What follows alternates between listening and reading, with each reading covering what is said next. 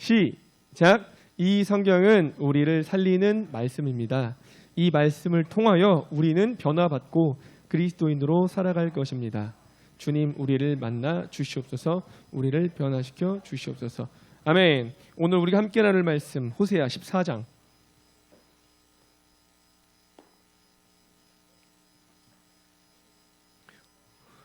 호세아 14장 4절에서 8절까지입니다.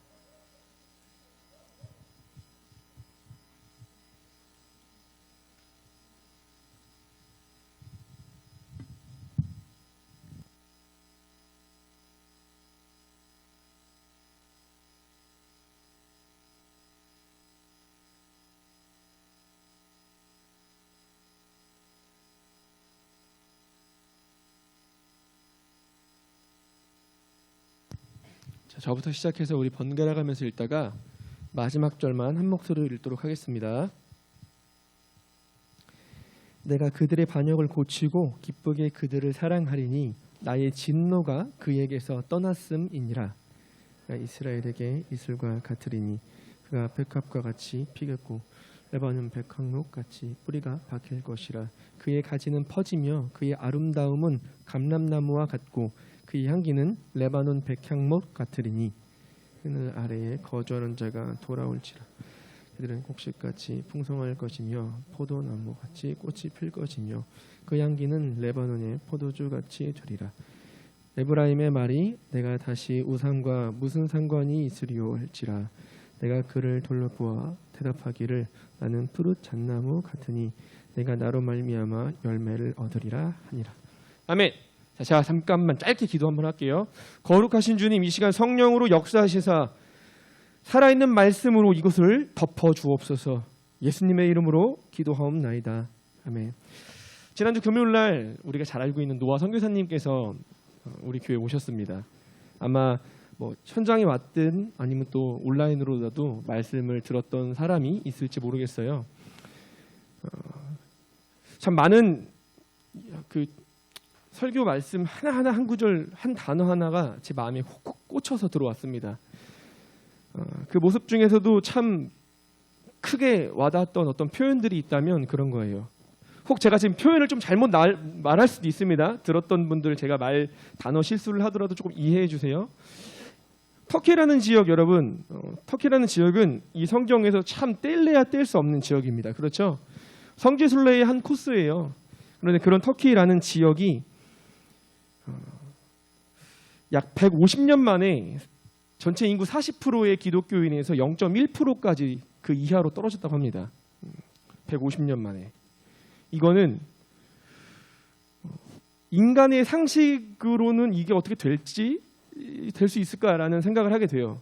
물론 그 이면에는 뭐 강제 이주가 있었고 여러 가지 문제들이 분명히 그 안에 담겨 있어요. 그렇죠. 어떤 이유는 존재하겠죠.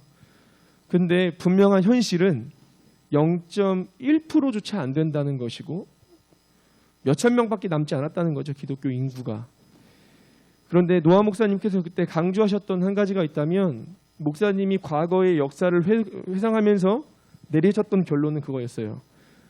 결국 답은 예수 그리스도다. 이런저런 것들 다 갖다 붙이고 이렇게 저렇게 교회가 이끌고 가도 결국 그 안에는 복음, 주 예수 그리스도가 없다면 결국 기독교는 살아남지 못하고 도태될 것이고 줄어들 것이고 이런 상황을 맞이하게 될 것이다. 그래서 다시 한번 저는 중등부를 놓고 이런저런 고민을 정말 많이 하고 있는 저로서 어쩌면 여러분에게는 목사님이 원래 그런 성품상 더더욱 더 긴장하셨다면 더더욱 진지하게 가시겠네요 라는 생각을 하게 되겠지만 분명하게 다시 한번 하나부터 열까지 예수님이 정답이다 라는 것을 저는 확신하게 되었어요. 사실 지금 제가 여러분에게 나눴던 이 이야기가 오늘 본문에 등장하는 호세아 선지자가 하는 이야기와 별반 다르지 않습니다. 여러분, 호세아 선지자는요, 다른 선지자들과 조금 다른 상황 속에서 하나님의 말씀을 선포했어요. 대다수 많은 선지자들은 그들이 힘들고 어려운 상황 속에서 그리고 많은 범죄가 정말로 있었을 그 상황 속에서 하나님의 뜻을 선포했습니다. 대체적으로 회개하라겠죠. 돌이켜라. 이거 아니다. 이런 이야기를 통해서 그들의 잘못을 꼽집어서 그들이 돌아오기를 바랬습니다. 그런데 호세아 선지자가 있었던 그 시기에는 다윗과 솔로몬의 그 전성기 때 다음으로 잘 먹고 잘 살았던 시기예요. 조금은 달랐어요. 정말 배불리 먹을 수 있었던 그런 시기였습니다. 그것도 북이스라엘과 남유다 모두에게 있어서 정말로 가만히만 있어도 뭐 굶지 않는 그런 시대. 근데 다윗과 솔로몬 때랑 조금 달랐던 건 뭐냐면 다윗과 솔로몬의 시대 때는 두 왕이 정말 건강했기 때문에 자신들만 잘 먹고 잘 사는 게 아니라 그의 백성들마저 잘 입혔어요. 잘 먹였어요. 곡간을 풀어서 어려운 지역 보태고 그런 식으로 다 나눴단 말이에요. 그래서 전반적으로 다 잘 먹고 잘 살았어요. 근데 지금 호세아 선지자가 말씀을 선포할 그때는 왕과 귀족만 잘 먹고 잘 살았어요. 백성들이 어떻게 되는 게 중요한 게 아니었어요. 본인들의 배를 채우면 됐었어요. 그래서 실질적으로 왕과 귀족 집단과 일반 평민 집단의 갭은 점점 커져갔고 빈부격차가 더욱더 커져갔다는 것을 성경을 통해서 살펴볼 수 있습니다. 그런 상황 가운데 호세아 선지자가 선포했던 많은 이야기 중에 결론되어지는 부분이 바로 본문의 바로 앞부분이에요. 1절부터 3절까지. 1절부터 3절의 말씀을 따다닥 그냥 제가 짚어가 볼게요. 호세아 선지자는 그렇게 말해요. 자, 우리가 14장 1절만 한번 봅시다.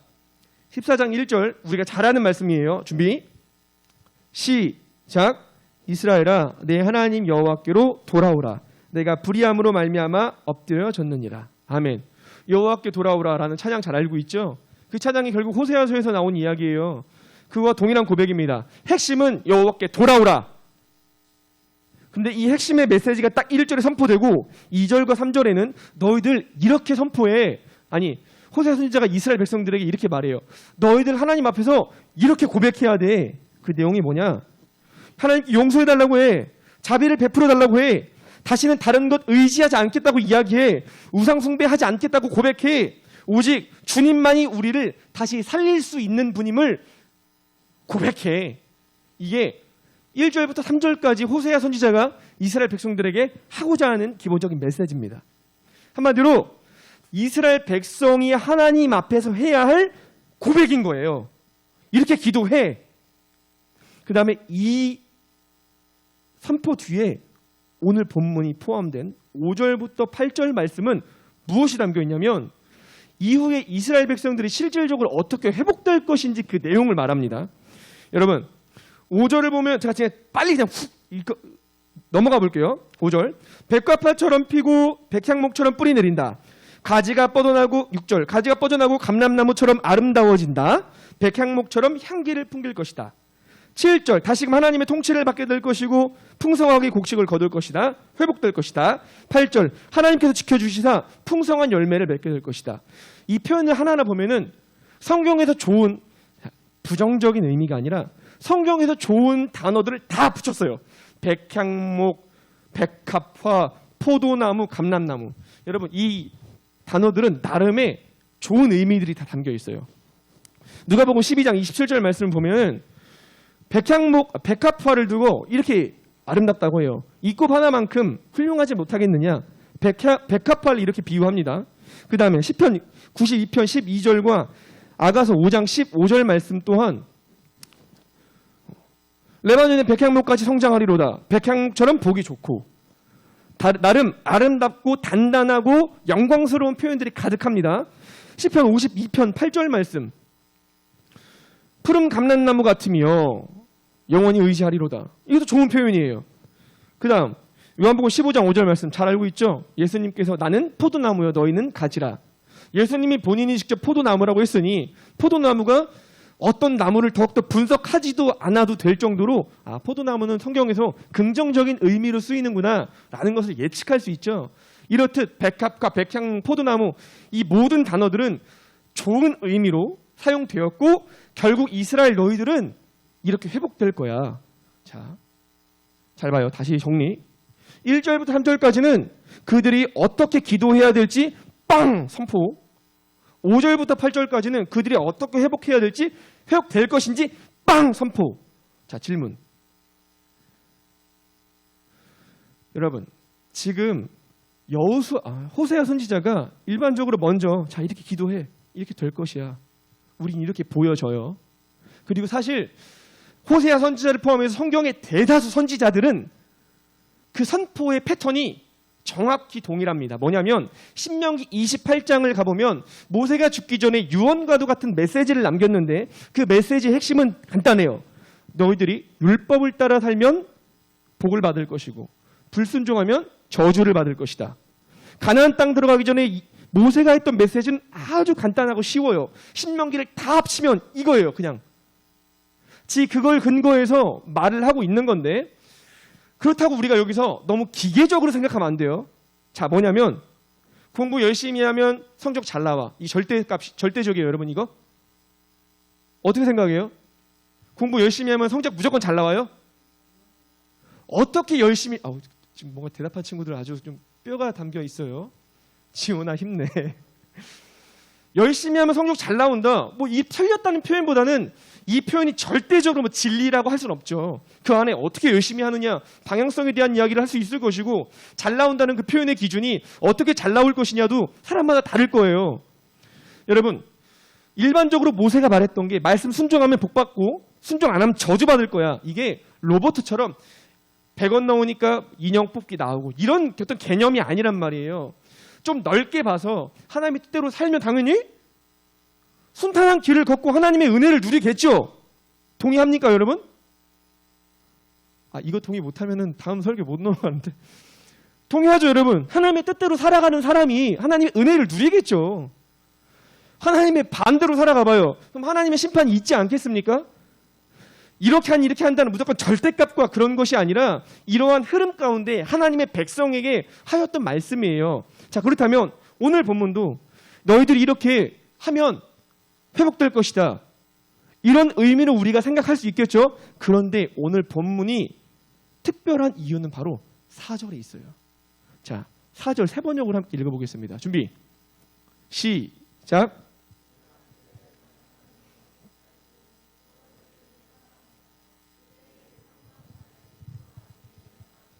아멘. 자, 여러분 3절까지 호세아 선지자가 여러분 이렇게 기도하세요. 딱딱딱딱 기도법을 알려줬어요. 근데 갑자기 딱 3절 이후에 4절에서 자, 갑자기 하나님께서 내가 너희들의 반역하는 결과만 볼까요? 나의 분노가 다 풀렸어 이제. 여러분 이 갭이 좀 보이나요?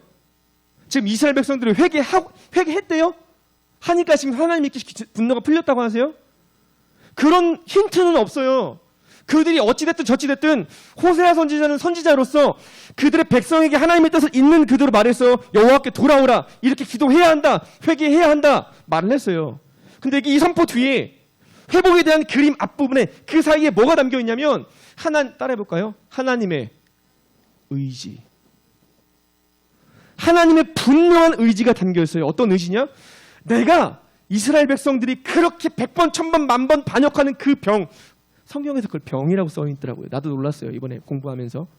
그 병을 내가 고쳐줄 것이고 비록 그들이 계속 엇나가지만 계속 집을 나가지만 내가 그런 자녀인 이스라엘을 기꺼이 사랑할 것이다. 여러분, 하나님께서 그들이 어찌 됐든 어떤 행동을 보이든 어찌 됐든 간에 결과적으로 내 분노를 내가 다시 풀렸다가 아니라 원어적으로 거두어드리겠다는 거예요. 그들의 죄가 있기 때문에 내가 분명히 분노를 표출할 수 있고 그들을 공의의 하나님으로 심판할 수 있지만 내 분노를 거두어드리겠다. 이 작업이 되니까 회복이 있는 거예요. 그들이 분명히 회개도 해야 돼요. 그들이 잘못했어요. 용서도 받아야 돼요. 그런데 더 중요한 그 단락은 인간이 어떻게 행동하냐가 중요한 것이 아니라 인간의 행동 여부를 떠나서 실질적으로 하나님이 용서해 주시는 그 용서하심, 하나님의 분명한 의지가 있어야 인간은 회복될 수 있다는 겁니다. 한번 따라해 볼까요?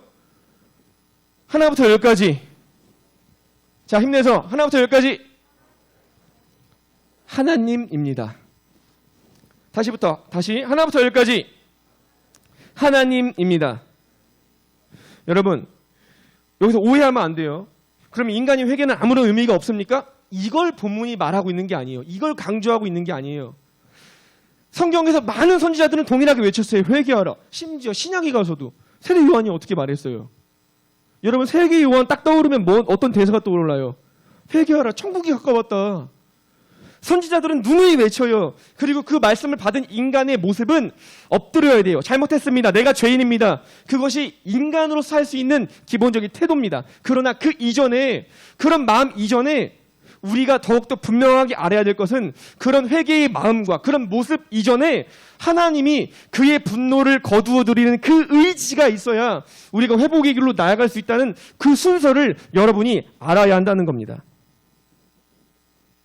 그래서 요한계시록 1장 8절 이런 말씀이 있죠. 주 하나님이 이르시되 나는 알파와 오메가라, 이제도 있고 전에도 있었고 장차 올 자요 전능한 자라 하시더라. 여러분, 이 말씀은 종말론을 향하고 있는 게 맞습니다. 그래서 하나님이 창조주이며 이 세상을 종말 때 모든 것을 다스리고 심판할 그런 마무리할 뿐이다 라는 신학적인 의미를 띠고 있는데, 이 말씀은 종말론을 떠나서 우리의 삶 전체에 다 영향을 미쳐요. 여러분, 구원이 우리의 능력으로 되어집니까? 우리의 능력으로 돼요? 구원은 우리 능력이 단 1%도 발끝만큼도 영향을 못 미쳐요. 인간이 어떻게 선한 일을 하고 인간이 어떻게 해서 될 수 있다? 이게 다 타 종교가 말하는 의지를 말함으로써 인간의 노력을 가지고 교인들을 끌어모으는 사탄의 전략인 거예요. 생각을 해봐요. 내가 이렇게 하면은 구원받을 수 있다.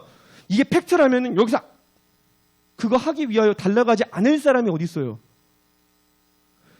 공부 열심히 하면 좋은 성적 맺는다. 이걸 아니까 공부를 열심히도 하는데, 내가 어떤 노력을 하면 구원받는다. 이게 정말로 진리라면 여기서 구원받기 위하여 열심히 안 할 사람들이 어디 있냐고요. 근데 그거는 타 종교, 정확히 말하면 이단인 것이고, 정확히 말해서 구원은 우리의 노력 단 1도 포함될 수 없습니다. 전적으로 하나부터 열까지 오직 하나님으로부터 이루어진다는 것을 여러분 우리가 알아야 할 것이고, 더불어 우리의 삶도 마찬가지예요. 여러분이 여기서 분명히 혼자 고민하면서 생각하는 친구들이 많을 거예요. 내가 하나님으로부터 멀어진 것 같습니다. 내가 예배를 회복하고 싶습니다. 여러 가지 많은 것들로 회복을 꿈꾸는 여러분들이 있을 것이고, 그 마음이 있기 때문에 여러분은 더욱더 각자가 경건 생활도 할 것이고 하나님 앞에서 어떤 애씀이 있을 거라고 생각을 해요. 중요해요. 그 애씀이. 그러나 그 애씀 이전에 하나님께서 실질적으로 여러분들을 이끌어주시고 도와주시는 그 도움이 없으면 그 애씀은 의미가 없어요. 자, 다시 한번. 조심히 잘 들어야 돼요. 여러분의 애씀이 아무런 의지가 없다, 그냥 하지 마세요, 이런 의미가 아니에요. 그럼에도 불구하고 우리가 왜 하나님 앞에서 발버둥 치고 하나님께 더 가까이 가려고 애쓰냐면, 하나님은 그런 우리의 모습을 긍휼히 여겨주셔서 그런 우리의 마음을 바꿔주시고 우리를 변화시켜주는 거예요. 순서가 내가 하니까 되는 게 아니라, 내가 그런 애씀을 하나님이 불쌍히 여겨주셔서 그런 나를 도와주셔서 내가 변화될 수 있는 것이고, 내 믿음이 성장할 수 있는 것이고, 내가 그리스도인답게 살 수 있다는 이 순서를 여러분 기억해야 합니다. 그래서 애가 5장 21절은 이렇게 정확하게 우리에게 이야기를 해요. 함께 읽어보겠습니다. 시작. 우리를 주께로 돌이키소서. 그리하시면 우리가 주께로 돌아가겠사오니 우리의 날들을 다시 새롭게 하사 옛적 같게 하옵소서. 아멘. 여러분, 이 말씀은 진짜 너무나도 귀해요.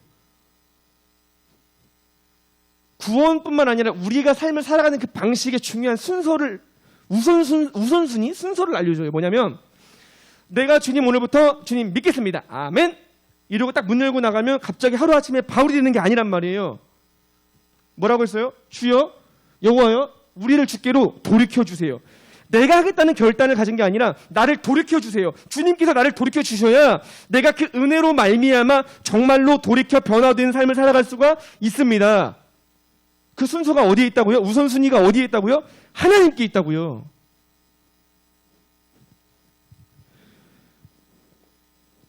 여러분, 그러하기 때문에 시편 42편 5절, 11절, 43편 5절 이 세 말씀이 동일하게 이 구절을 말하고 있어요. 함께 읽어볼까요? 시작. 내 영혼아 내가 어찌하여 낙심하며 어찌하여 내 속에서 불안해하는가. 너는 내 하나님께 소망을 두라. 아멘. 불안해하고 있는 내 영혼, 시편의 저자는 우리에게 소망이 없다고 해요. 하나님께 오직 소망이 있다. 다시 한번 일만의 그 희망과 가능성을 오직 하나님께만 두고 있는 것을 우리는 확인해 볼 수가 있는 겁니다. 그래서 여러분들께서 각자의 어떠한 바램, 하나님 앞에서 바램, 고민, 기도 제목 이런 것들이 분명히 있을 거라고 생각을 합니다. 저도 만나든 전화를 하든 이런 이야기 가운데 여러분의 고민과 하나하나 것들을 물어보면은 분명 각자가 갖고 있는 여기 막 밝게 있는 친구조차도 저도 생각하지 못한 어려움들을 다 갖고 있더라고요. 그런데 그 어려움 가운데 여러분이 먼저 회복을 꿈꾼다면 내가 어떻게 하겠다는 의지보다는 나의 자아를 내려놓고 하나님 도와주세요라고 이어지는 그 순서가 맞다는 것을 여러분 다시 한번 오늘 본문을 통해서 우리는 확인해 볼 수가 있습니다. 그렇기 때문에 우리가 회복을 꿈꾼다면 더욱더 하나님과의 관계를 잘 해나가고 싶다면 막혀있는 문제가 있는 내 삶의 모든 순간 속에서 더 나은 상황으로 나아가고 싶다면 여기서부터 우리가 시작을 해야 돼요. 넘겨주세요. 세리는 멀리 서서 감히 눈을 들어 하늘을 쳐다보지도 못하고 다만 가슴을 치며 이르되 하나님이여 불쌍히 여기소서 나는 죄인이로소이다. 내가 누군지를 아는 것. 그래서 칼빈 선생님은 정말로 통찰력 있는 이야기를 해줬어요. 우리 함께 읽어볼까요? 아멘은 아니지만 시작. 우리는 우리 자신에 대해서 실망하기 전까지는 하나님을 진지하게 갈망할 수 없다. 너무나도 성경적이에요.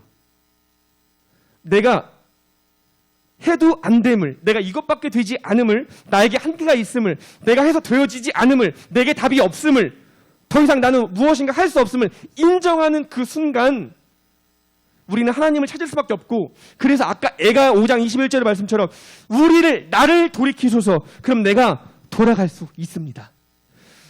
여호와여 나를 주께로 돌이키소서. 그리하시면 내가 주께로 돌아갈 수 있습니다. 분명히 이 말씀 듣고 지금 찔리는 학생들이 있을 거예요.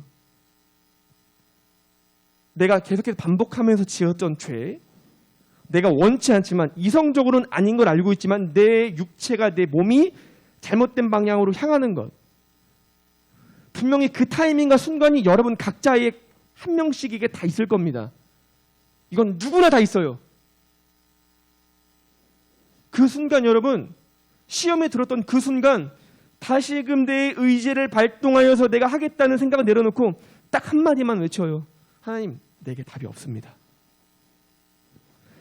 그 순간 칼빈 선생님이 말했던 것처럼 내 자신에게 철저하게 실망하면 우리에게 보이는 답은 주님밖에 없음을 인지하고 주님으로부터 그 회복이 시작될 줄로 믿습니다. 그래서 여러분, 그렇기 때문에, 이러하기 때문에 예수님께서 오신 거예요. 우리 앞서서 얘기했잖아요. 구원은 우리에게 어떤 노력으로 되어진다? 1도 없어요. 가능성이 없어요. 만약에 정말로 타 종교가 말하는 것처럼 우리 가까운 종교로 볼까요? 우리 천주교로 넘어가 볼까요? 천주교에서는 무엇을 강조해요, 여러분? 선행을 강조해요. 그 선행을 통해서 우리 잠깐 재밌는 천주교 교육 교실을 잠깐 가볼까요? 천주교에서는 선행을 강조해요. 그러면 그 선행으로 말미암아 기독교와 다르게 천국과 지옥이 아니라 그 사이에 연옥이라는 것이 존재해서 내가 지옥에 갈 수 있는 내가 선행을 통해서 연옥에 머물게 되고 연옥에서 선행을 더하면 천국에 갈 수 있다고 해요. 심지어 내가 내 선행으로 말미암아 이미 죽어서 지옥 간 내 가족을 연옥으로 올릴 수도 있고 천국으로 올릴 수도 있다고 해요. 이런 말도 안 되는 나의 노력으로 천국의 가치를 판단해버려요. 여러분, 만약에 이게 사실이라면 그거 알아요? 예수님은 이 땅에 오실 필요가 없어요. 아니, 예수님이 왜 오셨어요, 여러분? 우리를 구원하기 위해 오셨죠. 단순히 여러분 너무나 쉽게 구원해 주시기 오셨다 생각하지 말고 우리가 좀 머리를 써봐요. 여러분, 예수님께서 이 땅에 오셔서 우리를 구원해 주신 그 어떤 엄청난 대속의 원리와 패턴 안에는 인간이 인간을 구원할 수 없기 때문에, 기껏해야 인간이 할 수 있는 건 없기 때문에 인간의 노력으로 그 누군가를 내가 아무리 노력해도 내 자신도 구원을 못하는데 어떻게 제가 주원이를 구원해요? 안 된단 말이에요. 이 같은 죄인된 인간으로는. 그러니까 완전하고 성결하고 깨끗한 하나님께서 그의 아들을 보내주셔서 예수님 덕분에 우리의 죄를 몽땅 가져가셨단 말이에요. 그 구원이 인간에게 노력으로 절대 안 되기 때문에 하나님이 오셔서 그 하나님이 죽으신 거예요. 그 원리가 그 안에 담겨있기 때문에 그래서 성경은 계속해서 말하기를 구원에 있어서 오직 길이요 진리요 생명이 예수님밖에 없다는 것을 누누이 강조하고 있는 겁니다. 이것이 복음이다. 그러니 저는 비록 성경 말씀은 아니겠지만 여러분이 이 한 문장을 묵상해 봤으면 좋겠습니다. 우리는 우리 자신에 대해서 실망하기 전까지는 하나님을 진지하게 갈망할 수 없다. 제가 많은 목사님들에 비해서 사역의 경험은 짧지만 분명하게 확신하고 있는 부분들은 꼭 제가 스스로 여러 계획을 다 해요. 여러 계획을 내가 이렇게 하면 되겠다. 저렇게 하면 되겠다. 저 나름대로 계획을 다 짜죠. 근데 좀 그렇지만 이렇게 말하면 제 계획대로 되지가 않아요. 꼭 내 계획대로라면 뭔가 구멍이 생겨요. 문제가 생겨요. 그런 것을 한두 번 경험하다가 하나님 어떻게 하죠? 나에겐 답이 없어요. 도와주세요. 그러면 꼭 분명히 그 안에서 동역자들이 탁탁탁 튀어나오어요. 감사하게. 그 동역자들이 옆에 계신 선생님들이시기도 한데 꼭 제가 계획대로 되지 않아서 어떻게 하지? 멈춰줬을 때 하나님께 엎드리면 그 이후에 저를 돕는 귀한 사람들이 두각을 나타내면서 그 빈 자리를 구멍을 메워주십니다. 내가 내 자신에 대해서 이것밖에 안 되는구나. 내 계획대로 하니까 오히려 나는 위로해 주려고 했는데 상처를 받아요. 나는 가르쳐 주려고 했는데 눈물을 흘리고 있어. 그런 것을 경험하면서 저도 계속해서 하나님 저에게는 답이 없습니다. 내가 사역자로 부름을 받았지만 여전히 저는 갈 길이 멉니다. 오히려 그런 연약한 저를 하나님께서 도와주시사 저를 통해서 하나님의 뜻이 이루어지게 하여 주옵소서. 늘 제가 기도하는 패턴은 이렇게 귀결돼요. 그러하니 여러분들 또한 오늘의 이 말씀을 통하여 오늘 본문 4절 세 번역으로 띄워주세요. 아까 그 말씀. 이 말씀을 여러분 반드시 기억했으면 좋겠습니다. 다시 한번 읽어볼까요? 시작! 그들의 반역하는 병을 고쳐주고 그들을 사랑하겠다. 그들에게 품었던 나의 분노가 이제는 다 풀렸다. 아멘. 이 말씀 앞에는 그 어떤 조건도 없었습니다. 내가 그들의 반역하는 것을 고칠 것이고 기꺼이 그런 그들을 사랑할 것이다. 이미 내 분노는 다 내가 풀었다. 그러니 회복될 것이다. 이 말씀을 기억하면서 우리 마지막으로 한번 이렇게 외쳐보도록 하겠습니다. 준비 시작. 하나부터 10까지 오직 예수입니다. 악기팀 나와주시고요. 시작. 하나부터 10까지 오직 예수입니다. 우리 함께 찬양하고 기도의 자리로 나아가도록 하겠습니다.